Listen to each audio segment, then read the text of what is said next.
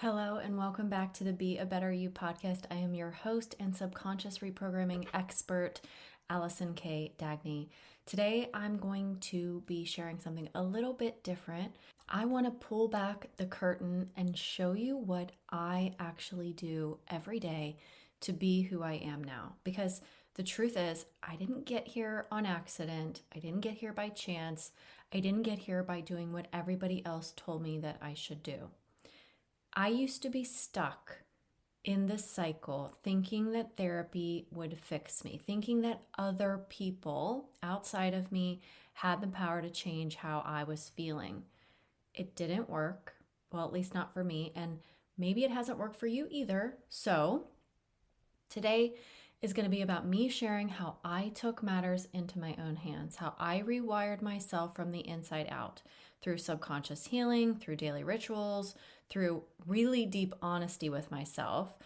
And no more band-aiding, no more surface level solutions, no more coping strategies, right? Today, I want to share the real things that I practice every single day to be the person that I am, to be the person that I am proud to be. Not because I'm perfect, because I'm not, but because I show up, and you can too. So before we begin, I don't need you to take notes. I don't need you to remember all these things. What I would really just invite you to do is listen and see how you feel, right? When you hear the things that I'm sharing. One thing that I want to say first and foremost is that people ask me sometimes, like, how did you do this? Like, how did you heal, right? And I have a lot of tools that have really helped me, but I am still healing, right? Like, healing isn't a destination. There isn't some, like, place out there in the future where you are completely healed. Healing is a subjective kind of thing too, right? So it's not that for me that I'm looking to have some sort of result that's way off in the distance. It's in the moment that I'm trying to practice being the best version of me that I can. And that's going to look different for everyone. It's not going to be the same for you that it is for me. But today, I'm not teaching, I'm just sharing what I do, the real daily practices that have helped me be that best version of myself. So, the first thing that I want to share with you that I do every day is I have a morning routine. So, I'm the kind of person, I am not an early riser. I don't like getting up early in the morning. And I block off my calendar, and I can do this because I'm an entrepreneur and I have my own schedule that I set. But I block off several hours in the morning for a slow rise, basically, because I don't like waking up to an alarm. I had to do that for years to take my kids to school. They're drivers now, so I don't have to do that. So I allow myself to wake up just naturally whenever my body is ready to wake up.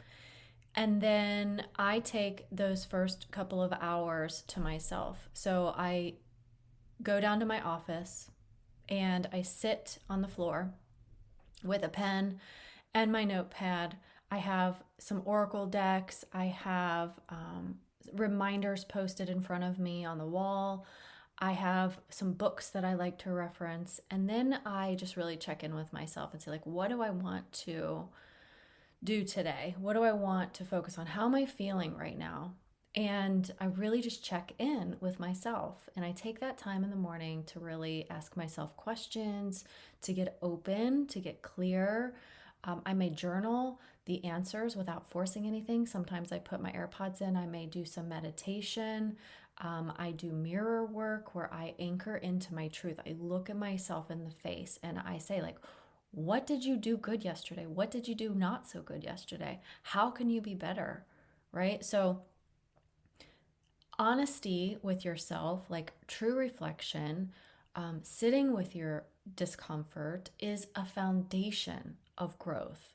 If you aren't able to do that, it's going to be a lot harder to move the needle for you. It's going to be a lot harder to move forward. I do want to say this is a caveat, right? I said in the beginning, like, I take that time in the morning. You don't have to do it my way, okay? I'm just sharing with you. And again, like I said, just listen. And if something sparks for you, maybe this is your nudge to put something into practice for yourself. Maybe you've just been on autopilot. Maybe you've just been, kind of running on empty a lot. And I understand and I get that. And this is an evolution. These things will change over time. It's not going to be something that you're going to have 50 things to list out that you want to do for your healing. No. And I'm going to go through this and help you understand why it's just as important to just start small. Okay, but I'm sharing with you the things that I do again, so you can listen through and see if there's something that sparks anything for you. Now, I do that little reflection that sometimes takes me anywhere from 20 minutes to an hour, just depending on what I'm actually coming up with inside of myself. Because here's the thing, the answers are already inside of me. I don't need to find any answers from a therapist. I don't need to find any answers from anybody else. They're inside me, and I know this, right? It's just a matter of checking in with myself. So if you're not used to doing that, I would highly encourage you to maybe just consider that for a moment. Okay. The next thing I do is I get my coffee. I'll be honest. I have coffee every single day. I love coffee. If you know my story, you know my ex would not let me drink coffee. I used to hide it. He actually hid my coffee maker one time. I wrote about this in my book, When Tears Leave Scars, but coffee is important to me. I love it. Maybe coffee is not your thing. Maybe you're a tea person. Maybe you have like a happy juice, cocktail, mocktail kind of thing to wake you up in the morning with kombucha or whatever, right? You get to decide like what is part of your routine. So that's just part of my routine. I get my coffee in the morning. I make it really creamy and luxurious and tasty for myself because that's important to me. And then I have a healthy breakfast that's high protein.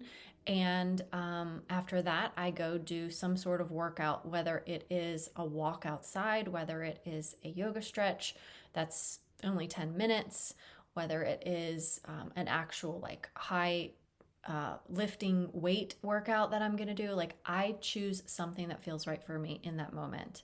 I don't have like a strict schedule because I don't really like feeling constricted. I don't like feeling like I have to do something a certain way. I like the flexibility and freedom. So that's really important to me to take care of my body in that manner. And then I usually get a shower and allow the water to cleanse me, not just on a physical way, but also in a spiritual and mental way. I may think of things that I did in my morning ritual and carry that into my shower. And maybe it's I need to release something and visualize it washing away. Maybe it's I want to manifest something and allow that to take up space during my relaxation of the shower, like whatever that is. So there's lots and lots of ways that you can incorporate things, and that's why I'm sharing this with you. After my shower, I typically get started on my workday. I go downstairs, I get on my computer, and I start figuring out what I want to bring to my audience. How can I help people? What is the thing that I want to do? If I have calls scheduled for my clients, I always center myself before these calls.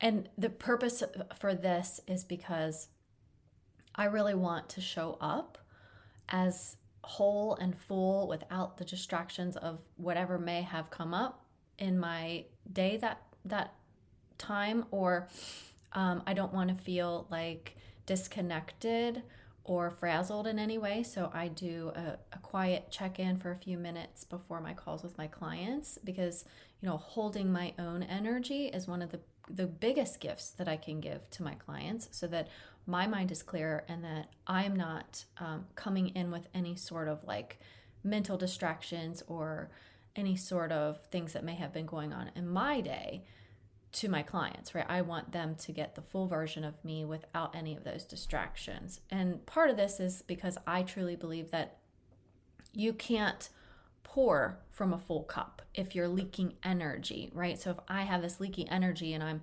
showing up for my clients with that, that's not going to help them. So I always make sure that I come with this fullness, with this wholeness, and without any sort of like, I don't know, baggage from things that I may be experiencing, right? Because it happens. Like I have 3 children, I have a partner who I live with, I have a dog, I have neighbors, I have responsibilities, right? And that's a reality of my life, but I don't want to drag that into any of my supportive things that I'm doing with my clients, whether that is, in my Voxer containers or whether it is in my one-on-one calls, whatever that might be. I really do take some time to check in with myself to make sure that what I'm providing as far as guidance and support is very, very clear. Okay, another thing that I do is, and I probably should have mentioned this in the beginning, but when I do my morning ritual, if there's something that comes up for me in that ritual, I will add that event to my calendar. Meaning, let me give you an example. So if I'm trying to be like, let's say, think before I speak, and that was something that came up in my morning ritual.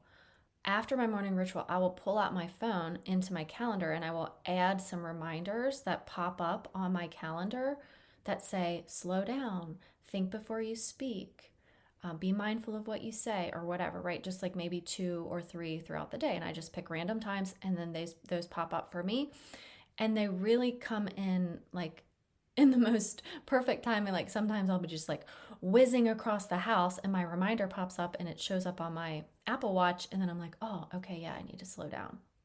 So I also have these, I use technology, I use apps, I use affirmation apps and things like that to help me throughout my day because, ultimately it's just you.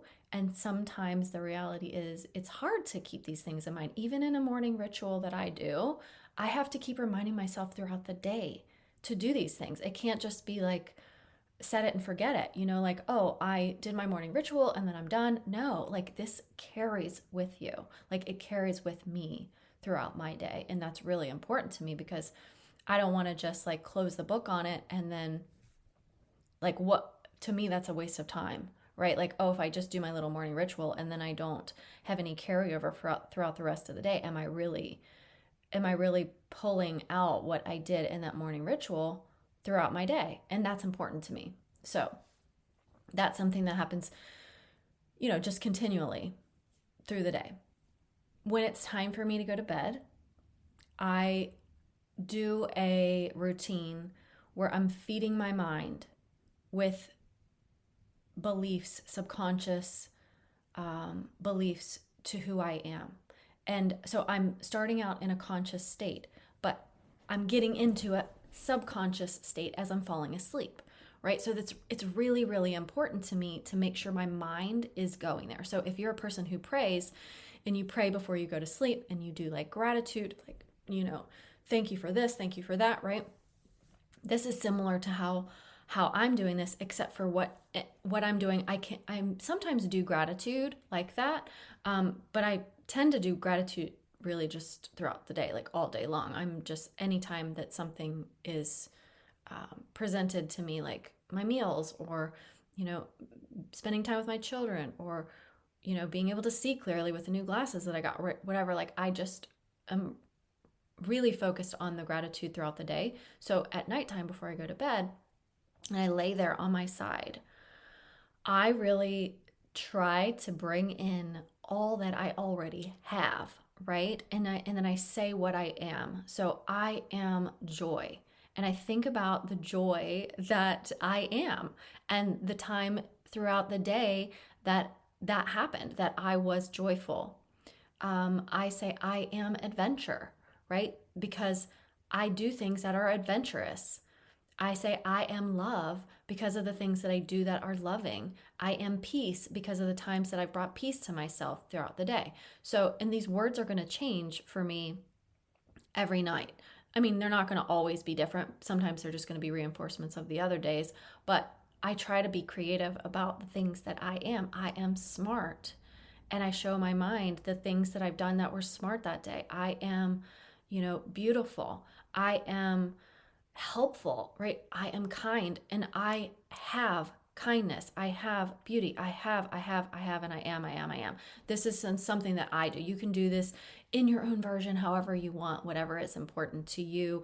Um, you could do it for gratitude or whatever, but I think like the purpose for me is because there's this really beautiful window of the subconscious, like getting into this state right as you're going to sleep, right? It's actually helping you like rewire your mind as you're falling asleep. If you're falling asleep thinking about why did this happen to me today, and why did that happen, and why are people treating me horribly, and why is this and this is bad, and da da da, like if you're going through all those things as you're falling asleep, then you're priming your subconscious mind.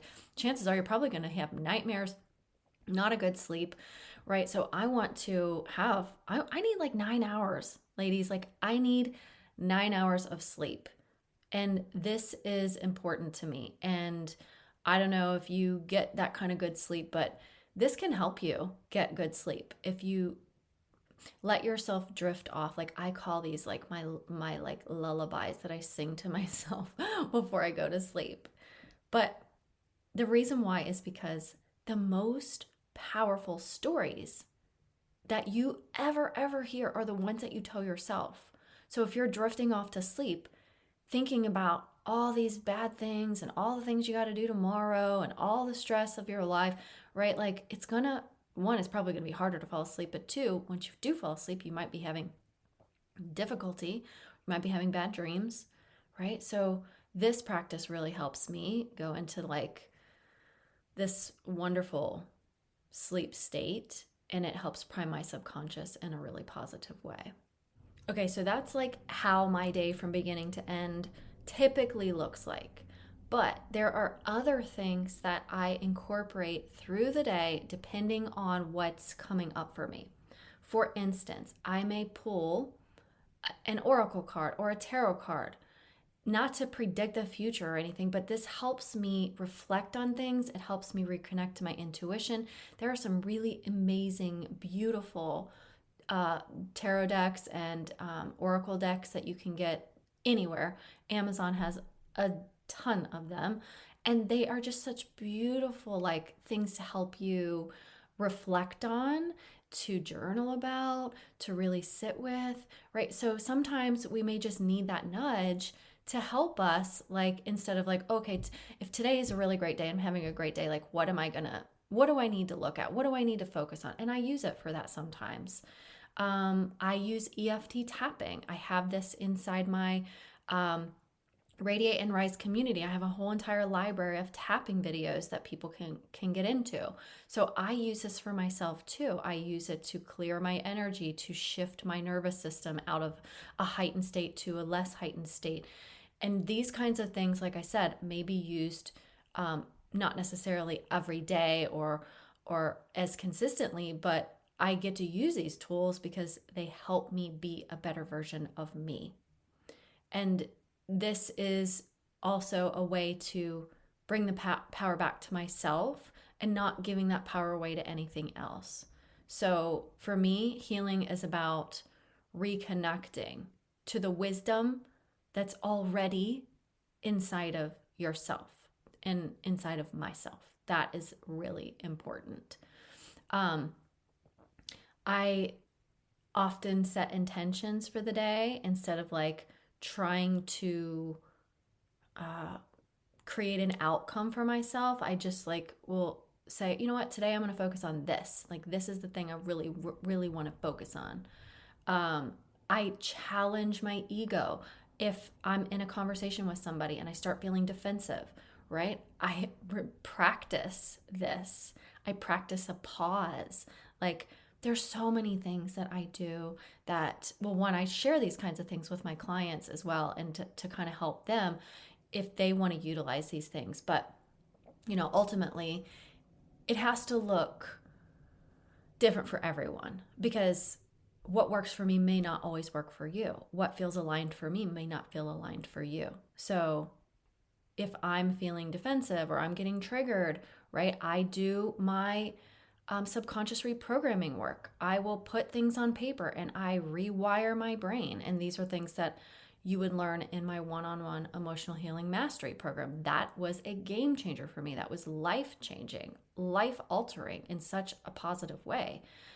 So those kinds of things come up. That's how I shift them. If I want to change behaviors, if I want to change how I'm feeling, that is my go-to. That is my absolute go-to.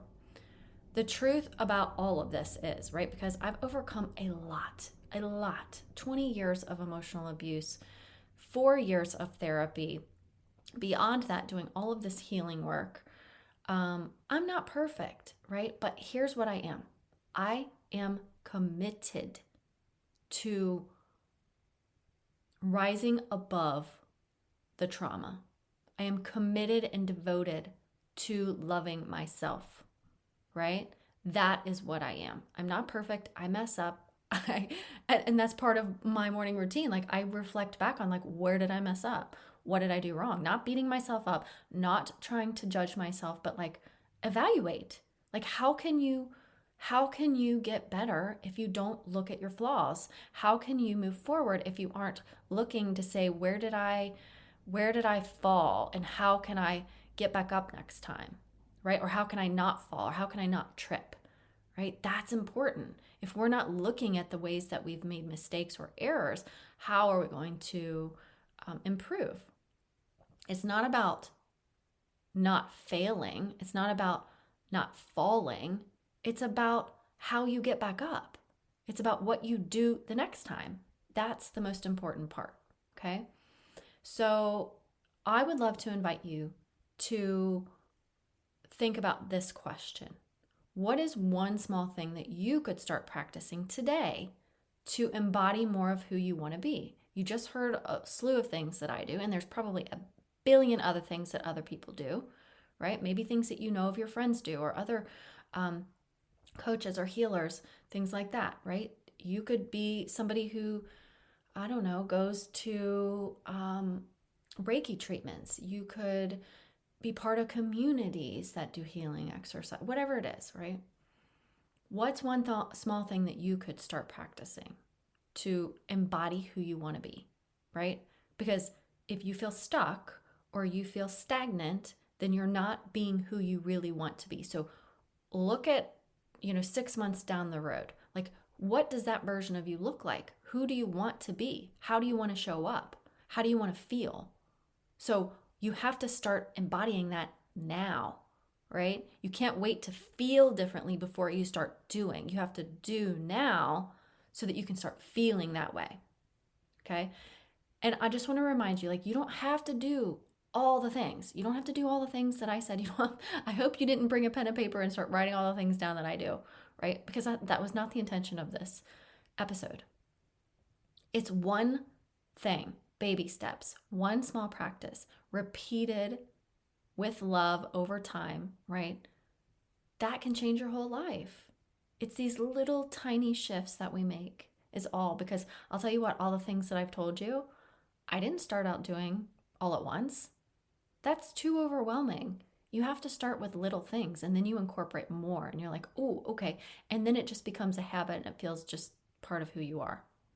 So if you are interested in taking one little step, you could join my community. You could get on a 30-minute consultation with me. You could check out my $15 Break Free from Rumination online course, or whatever.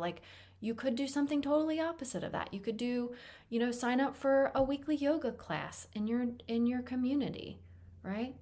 So just think about what you could start doing to start embodying more of who you want to be. And then I would encourage you to take action.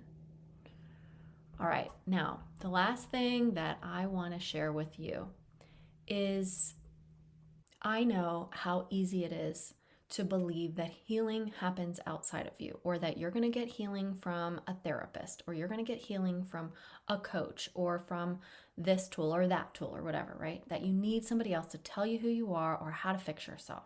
And I know this because I used to believe it too. But the truth is that you are powerful. You are way more powerful than you even realize.